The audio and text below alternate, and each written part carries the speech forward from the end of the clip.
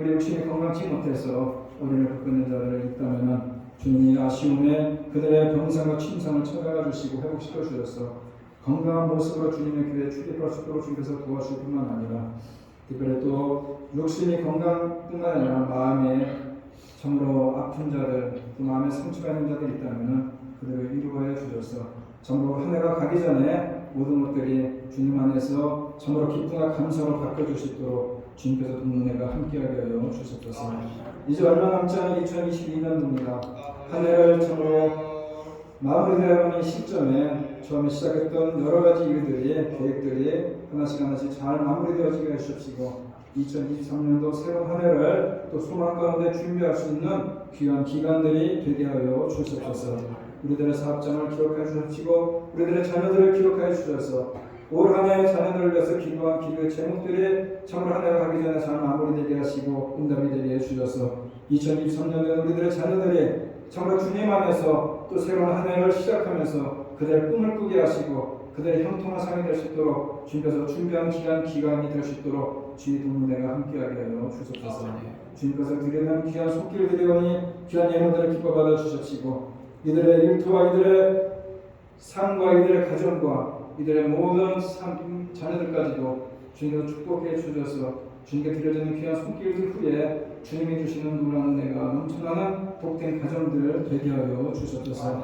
선교사에 쓰고 수고하는 자들 기억해 주시고 한 해 잘 마무리하게 하시며 또 고국에서 이렇게 건강한 모습으로 다시 만나게 하시며 감사드립니다.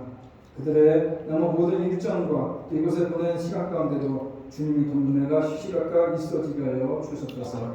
오늘도 드려지는 모든 예배 가운데 주님께서만 앞으로 영광받아 주실 줄 믿사옵고 예수님의 이름으로 기도드립니다. 아멘.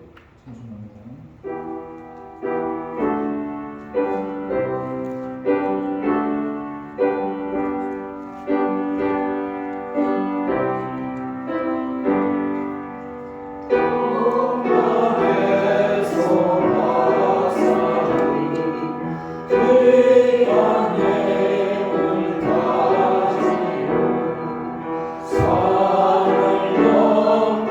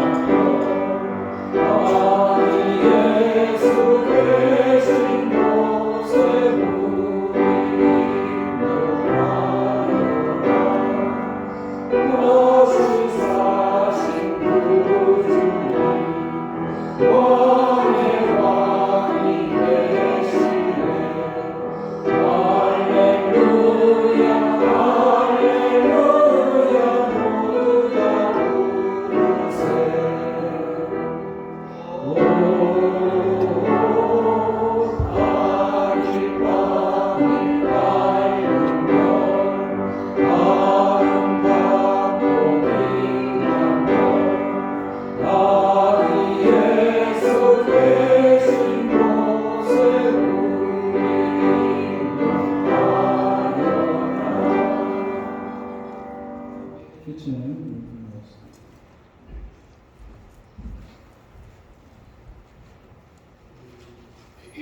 Let us pray. Dear Lord, our Father in heaven, we pray that you give us more faith. We have the faith that you will take care of us and show us what you want us to do. But sometimes our human, worldly nature causes us to think that we have to solve problems alone by ourselves. We know that you will guide us and show us the right thing to do, but we often feel that we have only ourselves to rely on. Bless us, Father, and give us more faith so we will learn to trust you always. We know that with that trust, we will find more peace in our lives. Lord, we thank you for giving us Jesus so we can be forgiven for our sins. We know how you want us to live, and we try to live the righteous lives that you have told us to live. But the sin living within us causes us to do what you don't like. Forgive us and guide us. Heavenly Father, bless those of us who are sick and cannot be with us today. We know that you have the power to cure the illnesses, if that is your will. We pray that you heal them and bring them here so they too can praise your holy name. Lord, also bless everyone who works hard for this church. Bless the pastor, the elders, the teachers, and all who work for the church, your church. They are working for you, Lord, because they know that is what you want them to do. Anoint Pastor Hall as he delivers the sermon today. Guide him and help him so that his words will be your words. Father, give us joy always. Help us to pray and give thanks, for we know this is your will. Help us to keep the fire of the Holy Spirit burning, and help us to hold on to the good and avoid every kind of evil. Give us peace, sanctify us, and keep our spirits, souls,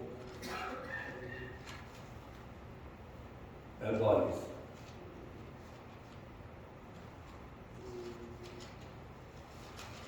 Blameless for the coming of our Lord Jesus Christ. We know you are faithful, and we know you will do it. We say this prayer in the holy and precious name of our Lord and Savior, Jesus Christ. Amen. Amen.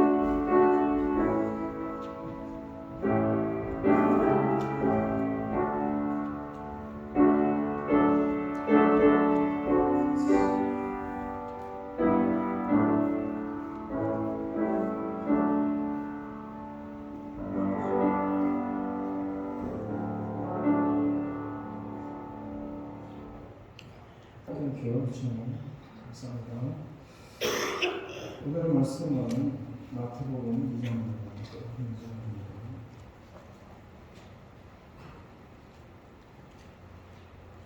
8절부터 12절까지를 읽습니다.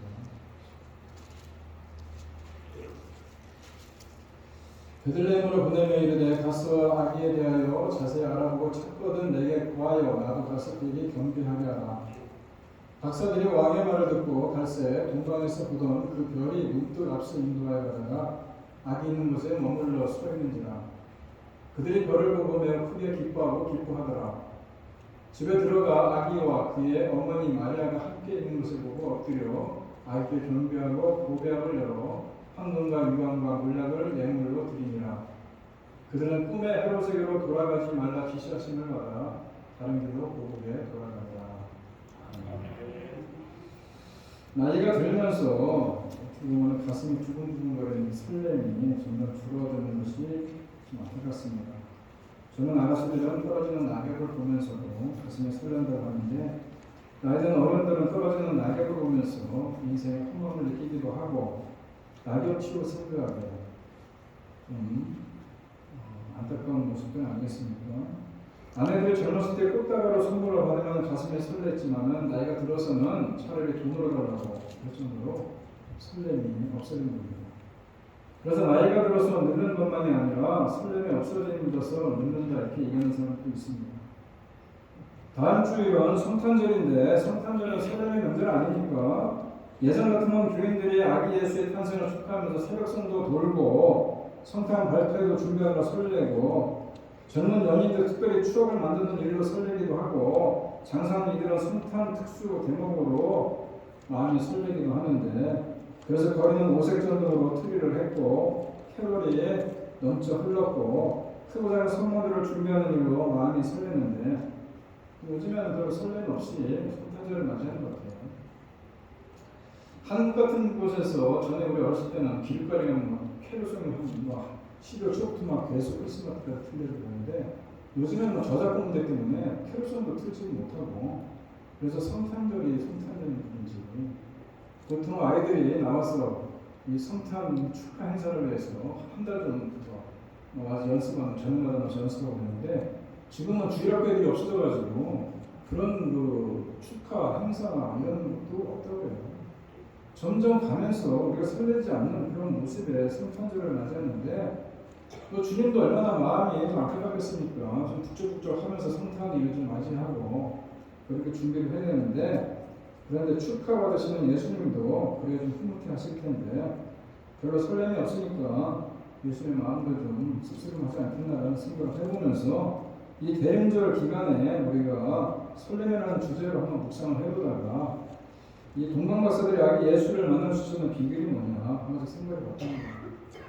우리가 예수님이 다시 오심에 대한 얘기를 참 많이 합니다. 요한복음 14장 3절에 내가 다시 오마라고 분명히 말씀을 했음에도 불구하고 우리가 다시 오에 대해서 별로 관심도 없고 별로 기다림도 없지 않습니까? 마치 메시아를 기다렸던 우리 이스라엘 백성들 말로는 메시아 하면서 기다렸지만은 실제로 그들에게는 이 메시아를 기다리는 열심도 없었고 설렘도 없었고 기다리는 마음도 없었기 때문에 실제로 메시아가 이 땅에 왔을 때는 아무도 영접하지 않는 그런 모습을 보이는 것과 마찬가지로 우리가 성탄절 예전과 같지 않고 이제 설렘도 없이 성탄절을 맞이한다는 얘기는 다시 오실 예수님도 별로 우리가 설렘 없이 그냥 오시는가 보다 라고 성경에 나왔으니까 나왔나 보다 라고 생각할지 모르겠지만은 그런 것을 생각하면서 우리가 설렘이 있는 자를 만나주시는 예수님을 한 번쯤 오늘 말씀을 통해서 묵상해보려고 하는 것입니다.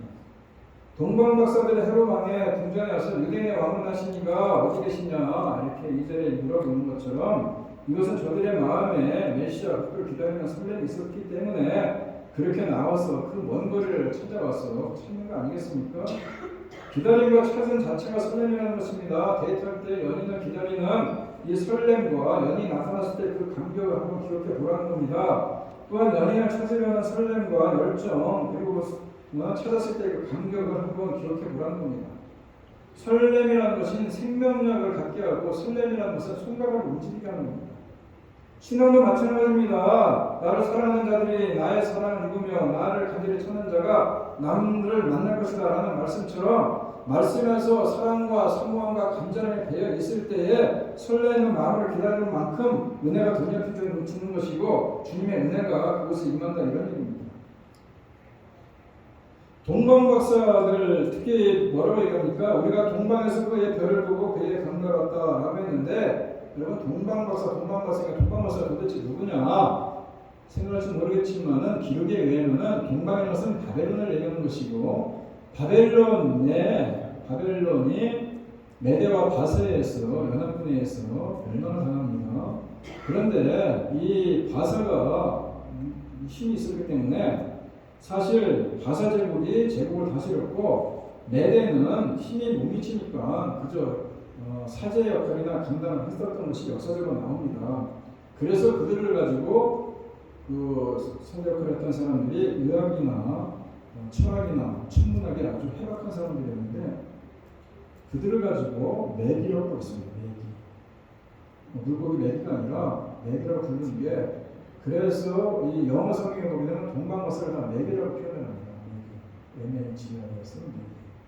그런데 민수기 24장을 보면 이 모압왕 발락이 선지자 발람을 부릅니다. 그래서 이스라엘 백성들이 출애굽에서 모압 땅을 지나가게 됐는데 이 얘기를 들어보니까 모압왕 발락의 얘기를 들어보니까 이 여호와라는 신을 모시는 이 이스라엘 백성들이 어마어마하다는 겁니다. 아말렉들이 지금 다 물리쳐서 자기들도 위험을 느껴서 발람이라는 선지자를 메소포타미아에서 불립니다. 그래서 발람 보고 저주를 하라고 그래요. 그런데 발람이 3번 요청을 했는데 3번 다 저주가 아니라 축복이 나는 겁니다. 그리고 이 발람이 민수기 2장 17절에 보게 되면은 그런 얘기를 합니다. 무슨 얘기냐면은 한 별이 야곱에서 나오고 한 비가 이스라엘에서 일어날 것이다. 한 별이 야곱에게서 나오고 한 귀가 이스라엘에서 일어날 것이다. 이런 얘기는 이 예수 그리스도의 탄생에 대한 얘기를 이 발람이 얘기하는 겁니다. 그래서 이 발람이 민수기 36장에 보게 되면 미디안에 죽긴 하지만은 그의 모든 이야기들이 메소포타미아로 아마 전래가 됐을 것이다. 그래서 메소포타미아에 있는, 다시 말해서 바사 제국에 있는 바벨론 땅을 정복하고 그 바사로 이어지는 거기에 있었던 이 매기들이 다시 말해서 이 사제들이 이 별에 대해서 연구를 많이 했는데 그 별에 대한 연구를 하다 보니까 뭐 밤마다 별이 낮에 뜨는 게 아니라 밤에 뜨니까 밤마다 그 별을 보고 또 봤는데 어느 날 큰 별이 하나 나타나더라는 겁니다. 그래서 이게 우리 조상 발람이 얘기하던 그 큰 별이구나, 야곱의 별이구나, 이게 세상을 다스리는 별이 나오는구나. 그래서 그 별을 따라온 것이 바로 베들레헴까지 온 것이다, 이런 얘기예요. 물론 낙타를 타고 그 광야와 그 모래 폭풍을 이겨가면서 그 낙타를 타고 그 별을 따라서 사막을 지나서 강도의 위협을 맞으면서 찾아온 것이 베들레헴 아니겠습니까? 그런데 이 찾아오는 동안에 그들의 참으로 밤에만 이동을 하기 때문에 별이 밤에만 뜨니까 밤에만 이동하니까 얼마나 많은 시간이 지나갔고 얼마나 많이 지치고 피곤했겠느냐. 그럼에도 그들이 베들레헴까지 올 수 있었던 것은 바로 거기에 대한 설렘이 있었고 거기에 대한 기대가 있었고 그리고 예수님의 탄생에 대한 진짜 왕 중의 왕이 나타나는 그런 기대감이 있고 설렘이 있었으니까 그 모든 어려움을 이겨내고 올 수 있지 않았겠느냐, 이런 얘기입니다. 설렘이 있으면 먼 길도 멀게 느껴지지 않는 것이고 고생도 고생이라 얘기하지 않는 것이고 죽어도 더 주고 싶은 마음이 드는 것이 설렘 아니겠습니까? 오늘날 우리가 이런 설렘이 있느냐 이거예요. 주일날 예배드리고 싶은 마음이 있고 그런 설렘이 있고 선한 마음으로 성령을 찾는 설렘이 있느냐, 봉사와 헌신하는 것이 기다려지는 설렘이 있느냐, 성도들 간에 만난다는 기쁨의 설렘이 있느냐, 이런 설렘이 있으면은 믿음이 그래도 있는 것이고 이런 설렘이 점점 사라진다면은 믿음이 점점 식는 것이다, 이런 얘기입니다. 그래서 동방 목사들이 하늘의 별을 보고 메시아의 탄생을 예감하지 않습니까? 언뜻 보면 예감인 것 같지만 사실은 미가서 5장에서도 나오는 얘기입니다. 유대 땅 베들레헴아 너는 유대 고을 중에서 가장 작지 아니하느냐, 내 것을 다스리는 자가 나와서 내 백성 이스라엘 목자가 되리라. 이 예언의 말씀을 기억했을 거라는 것입니다. 이 말씀이 예수 탄생 700년 전에 미가 선지자를 통해서 미리 말씀하신 것인데 그 말씀을 기억을 하고 그 성취를 기다렸다는 것은 어떻게 보면은 그들의 설렘이 있었기 때문에 그것이 성취되는구나 라는 것을 느낄 수 있었다는 겁니다. 저들은 눈으로 별을 보고 있는 것 같아도 영으로 예언의 말씀을 해석하고 있었음을 알 수 있는 거 아닙니까? 설렘이 없으면 기억이 나지 않는 겁니다. 누군가의 약속을 잘 잊어버리는 사람은 단순히 건망증이 심해서가 아니라 그 마음에 그 사람에 대한 설렘이 없기 때문에 그렇다는 겁니다. 사랑하는 사람과의 약속을 잊어버릴 수 없는 것이 설렘 아니겠습니까? 사랑하는 사람이 한 말을 설렘으로 가슴에 품게 돼서 하는 거 아니겠습니까? 700년 전에 예언된 말씀을 동방마사들이 기록했다는 것은 저들이 하나님에 대한 사랑과 메시아에 대한 설렘을 가슴에 품고 살아왔다, 이런 얘기예요. 그러다가 큰 별이 나타나니까 이거야말로 진정한 왕 중의 왕인 성경에 나오는 이것은 예언은 그리고 발람 선지자가 얘기한 그 별이구나 라고 생각을 하고 온 것은 바로 그들이 설렘 가운데 기다림이 있었지 않겠느냐, 이런 얘기입니다. 사실 하늘의 별을 동방마사가 맡겼으니까 큰 별을 왜 동방마사가 맡겼습니까? 물론 매일같이 별을 관찰하던 사람들이니까 눈에 확 띄는 게 모르겠지만은 배가 가는 길에는 배로가 있고 비행기가 가는 길에는 항로가 있고 이 별을 움직이는 항로가 있지만은 움직임의 별자리가 있지만은 그래도 뭔가 새로운 것, 강력한 별이 나타났으니까 그들이 이게 바로 성경에서 미리 예언자들이 예언했던, 선자들이 예언했던 이 별이구나라고 찾아왔겠지만은 다른 사람들도 역시 보긴 봤을 테지만은 그들은 중간에서 그냥 스쳐 지나갔을 거라, 이런 얘기입니다. 영적인 세계는 육신의 눈으로 볼 수 있는 것이 아니고 영적인 순수함을 유지하고 있는 사람만이 볼 수 있다는 것입니다. 별이 앞서 인도하여 갈 때 그 별을 쫓아가는 데 순수함, 별의 아기가 있는 곳 위에 머무를 때 발걸음을 멈출 수 있는 순수함이 있어야 아기 예수를 만날 수 있는 것입니다. 이는 순수함이 있어야 영적인 체험을 할 수 있는 것입니다.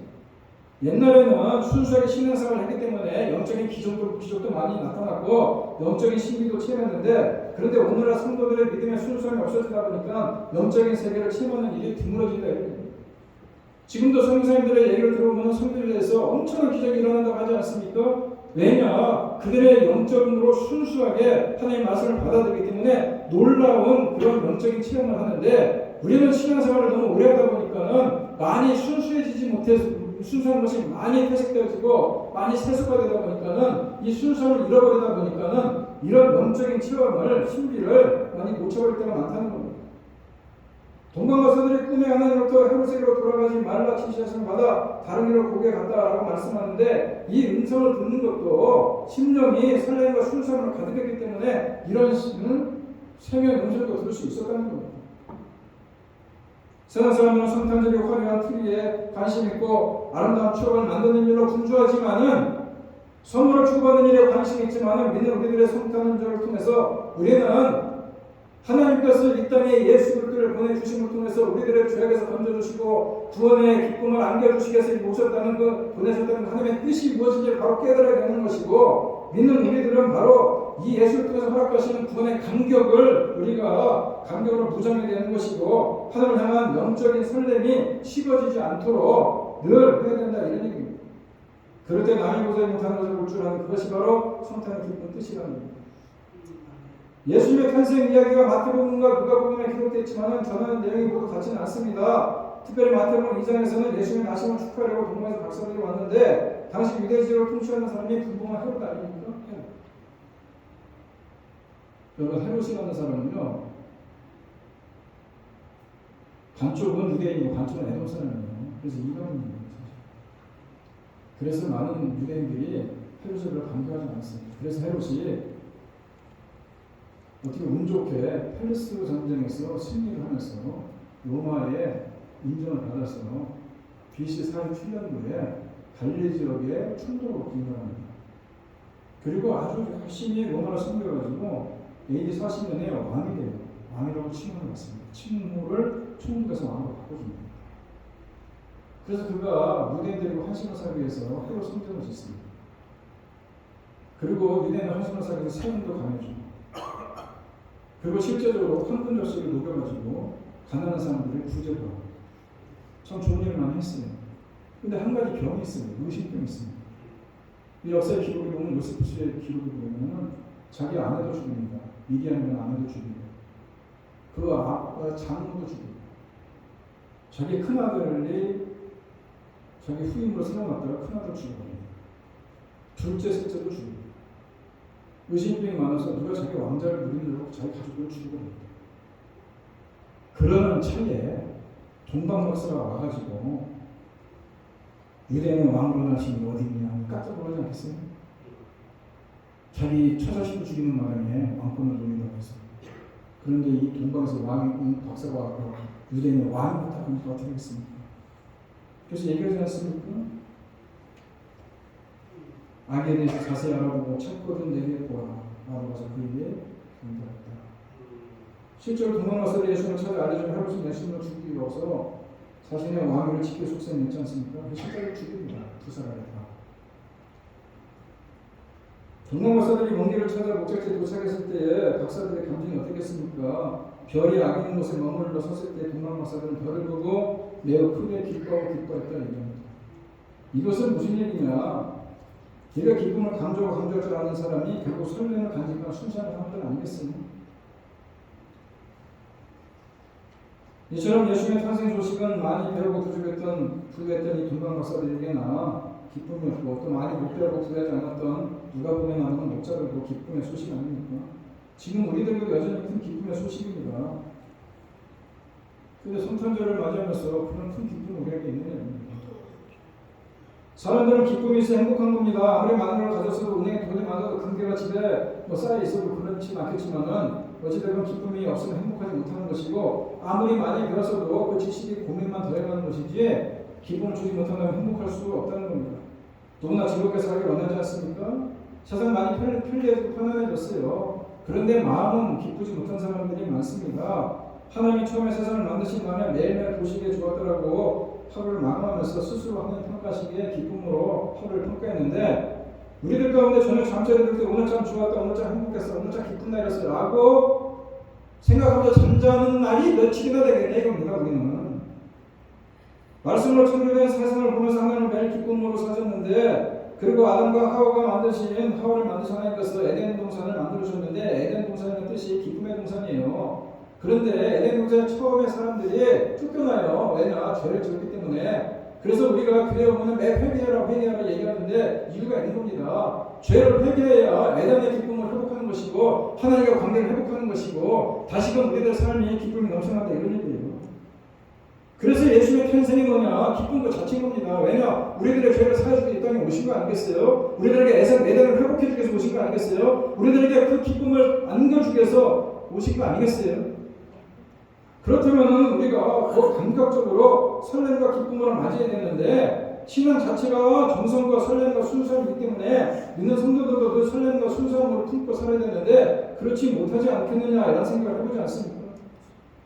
기뻐도 묻지를 않고 맛있어도 맛있다고 말하지 않고 고마워도 고맙다고 말을 하지 않고 은혜를 받아도 은혜를 받았다고 말하지 못하는 사람은 순수한 신앙들이 아니라는 것입니다. 설렘을 가지고 사는 사람이 아니라는 겁니다. 목젖이 보이도록 크게 웃어 제게 되는 것이고 한 숟갈 밥을 먹으면서도 맛있다고 얘기를 해야 되는 것이고 작은 것을 받았어도 연식 고맙다고 말해야 되는 것이고 예배를 마치고 나가면서 우리가 참 오늘 은혜스러운 예배였다라고 말할 수 있는 사람이 설렘과 순수함을 지닌 사람들 아니겠느냐 이런 얘기예요.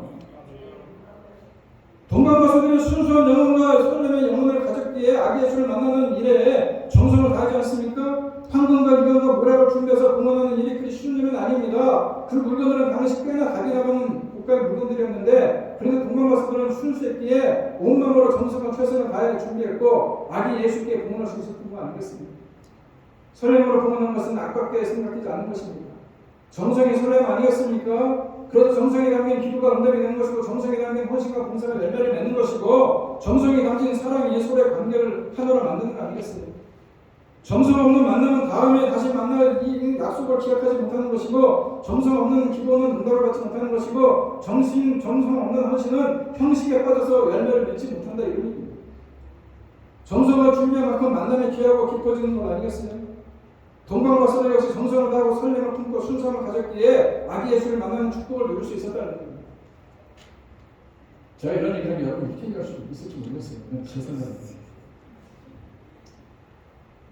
아니 목사님 동방박사들이 몇 사람입니까? 여러분 동방박사 몇 명이에요?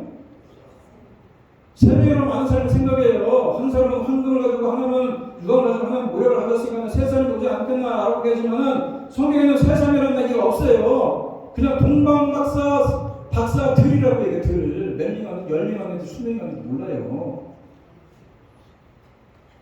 그러면 목사님 꼭 그만 말씀하시는 것이 정성이 있어야 설렘이 있다고 하는데 그분들이 올 때 유황을 가져오고 황금을 가지고 유황을 가져오고 몰락을 가져오는 사람들만 정성이 있는 겁니까? 아니면 마음속 빈손으로 오는 사람들은 그러면 설렘이 없어서 그 먼 곳에서 또 거주했습니까? 이렇게 물으면 제가 한마디 하는 거예요. 제가 굳이 이 얘기를 하는 이유는 가장 중요한 거는 황금이고 유황이고 몰락이고 없어도 괜찮습니다. 가장 중요한 건 여러분들 마음에 설렘이 있느냐 이거예요. 설렘이 있게 성탄절을 맞아야 되는 것이고 설렘이 있어야 주님이 다시 온다는 것도 기억할 거 아니겠어요? 저는 여러분들이 아멘 할 때마다 겁이 나요. 빨리 끝내라는 것 같아요.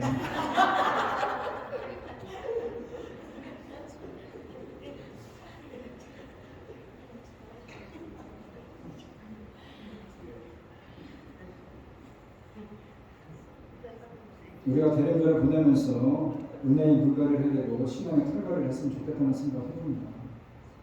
윤기는 없고 탄력도 없고 끝이 갈라지는 구시다지기 낡은 털이 아니라 윤기가 반질반질 나고 이제 기름기가 줄줄 흐르고 탄력이 있는 새로운 털로 바꿨으면 좋겠다 이런 얘기예요. 그래서 파산과 형식에 빠져서 아무런 감각도 설렘도 없이 성탄절을 맞이하는 옛 신앙이 아니라 말씀에 감격하고 은혜에 감사하고 응답에 설레고 헌신에 기뻐하는 그런 새로운 신앙으로 덧입혀지면서 성탄을 준비하고 재림을 기다렸으면 좋겠다 이런 얘기예요.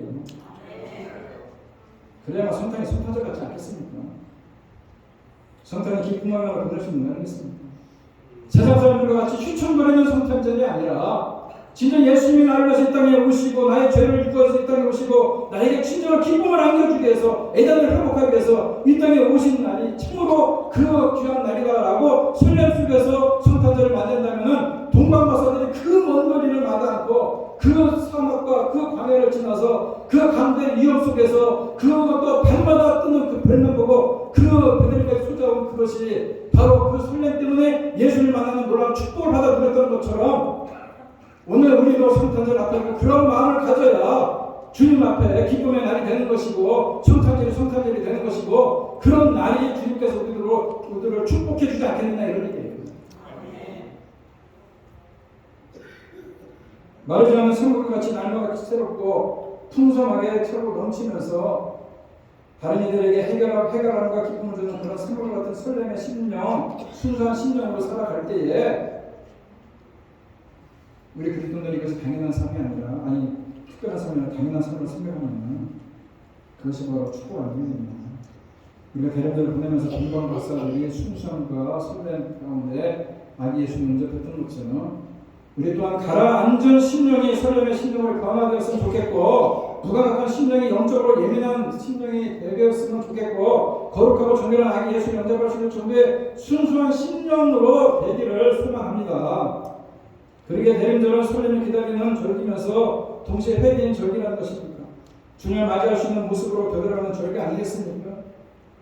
다시 오심을 기다리는 성도의 모습이 뭡니까? 주님 만날 날이 기쁨과 설렘의 날이 되지 않겠습니까?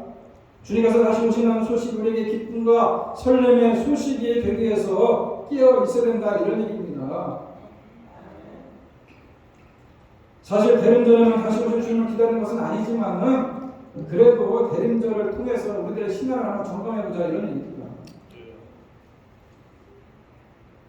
여러분 전에도 말씀드렸지만 이 대림절이 뭡니까? 아기 예수로 오신 예수님의 성탄의 기쁨과 다시 오실 주님을 설렘의 신앙으로 기다리는 것이 이 대림절인데 여러분 이제 한번 생각해 봅시다. 우리가 이게 대림절을 기다리는 설렘인가 아니면 두려움인가?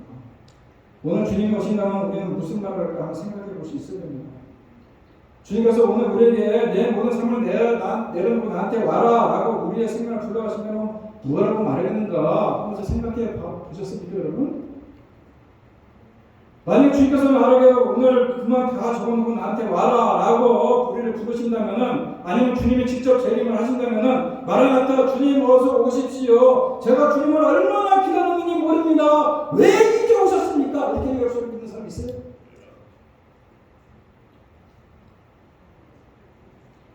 아니면 주님께서 이제 곧 가마라고 얘기할 때 가슴이 철렁 내리면서 주님 왜 벌써 오시려고 합니까? 지금 너무나도 재미있게 살고 있는데 왜 내 인생에 끼어들어서 주님이 왜 내 인생 즐거운 인생을 망치려듭니까? 좀 더 있다 오십시오. 이렇게 얘기할 수 있겠습니까?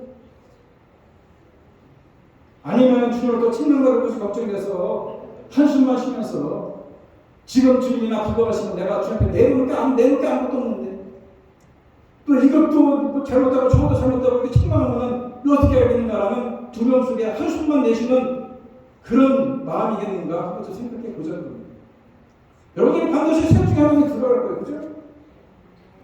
주님의 이제 오십니까? 얼마나 기다렸는지 모릅니다. 라고 하는 분이 있는가 하면은 주님의 벌써 오십니까? 아주 재밌어 죽겠는데 좀 조용히 오십시오. 아니면 주님의 지금 와가지고 내가 아무도 내놓을 것이 없는데 주님 나 너무나 무섭습니다. 이렇게 얘기하는 사람 있지 않습니까?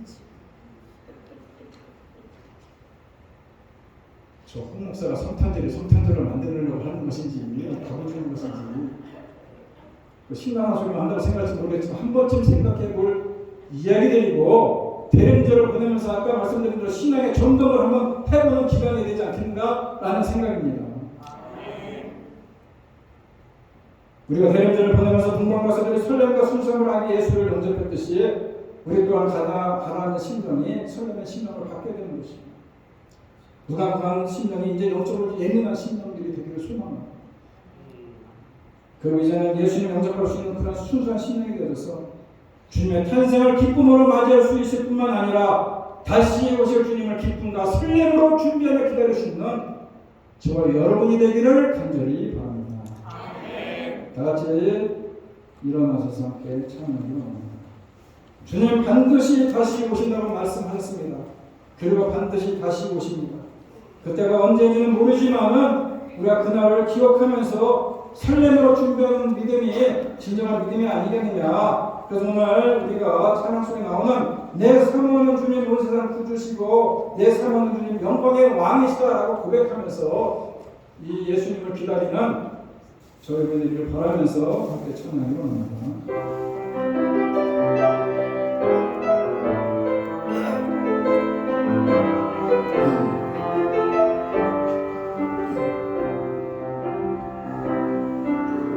주님 다시 오실 때까지 나는 이 길을 가리라.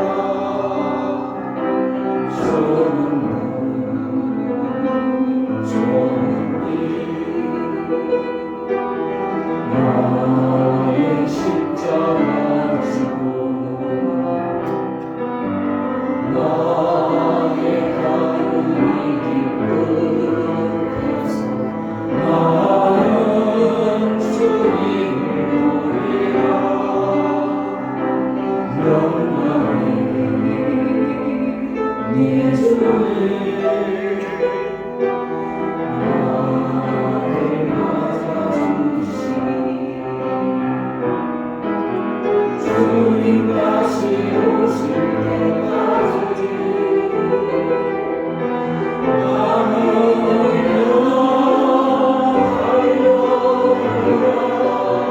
주의 영광 온 땅 덮을 때 나는 일어나고 내 사모하는 주님 온 세상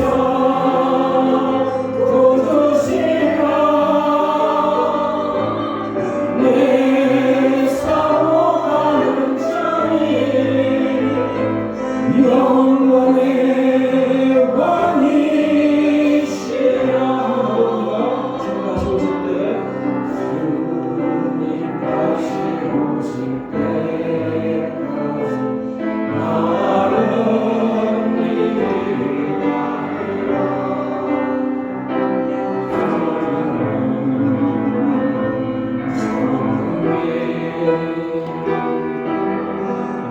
나의 십자가에서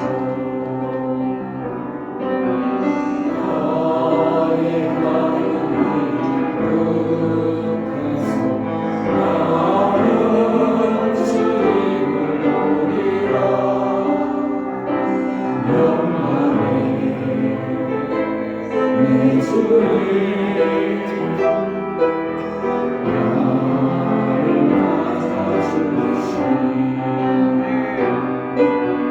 주님 다시 오실 때까지 나는 일어나 달려가리라. 주의 영광 온 땅 덮을 때 나는 일어나 고백하리. 내 사모하는 주님 온 세상 구주시라. 내 사모하는 주님 영광의 왕이시라. 하나님, 다음 주는 성탄절입니다. 주께서 이 땅에 아기로 오신 날을 기념하는 날이고 또 우리가 다시 오실 주님을 준비하는 시간입니다. 우리가 다시 오실 주님을 생각하면서 행복해하고 주께서 다시 오신다는 말씀을 읽을 때 가슴이 설릴 수 있는 그런 믿음들을 허락해 주셔서 우리가 늘 주님의 탄생을 기쁨으로 맞이할 뿐만 아니라 다시 오실 주님을 기쁨과 설렘으로 준비하는 그런 심령들이 다 될 수 있도록 성령 우리들의 마음을 붙잡아 주시옵시고 우리들의 믿음을 더욱더 굳건히 세워 주시옵소서. 이제는 우리 주 예수 그리스도의 은혜와 하나님 아버지의 극진하신 사랑과 성령님의 교통하심이 대림절을 보내면서 동방박사의 설렘과 순수함을 통해서 오늘 우리도 주님을 다시 기다리는 마음이 자연과 순수함으로 보장되는 사실을 기억하면서 그런 마음으로 주님을 준비하고 기다리는 주님의 귀한 백성들 머리머리 위에 이제부터 영원토록 함께 있을지어다. 아멘.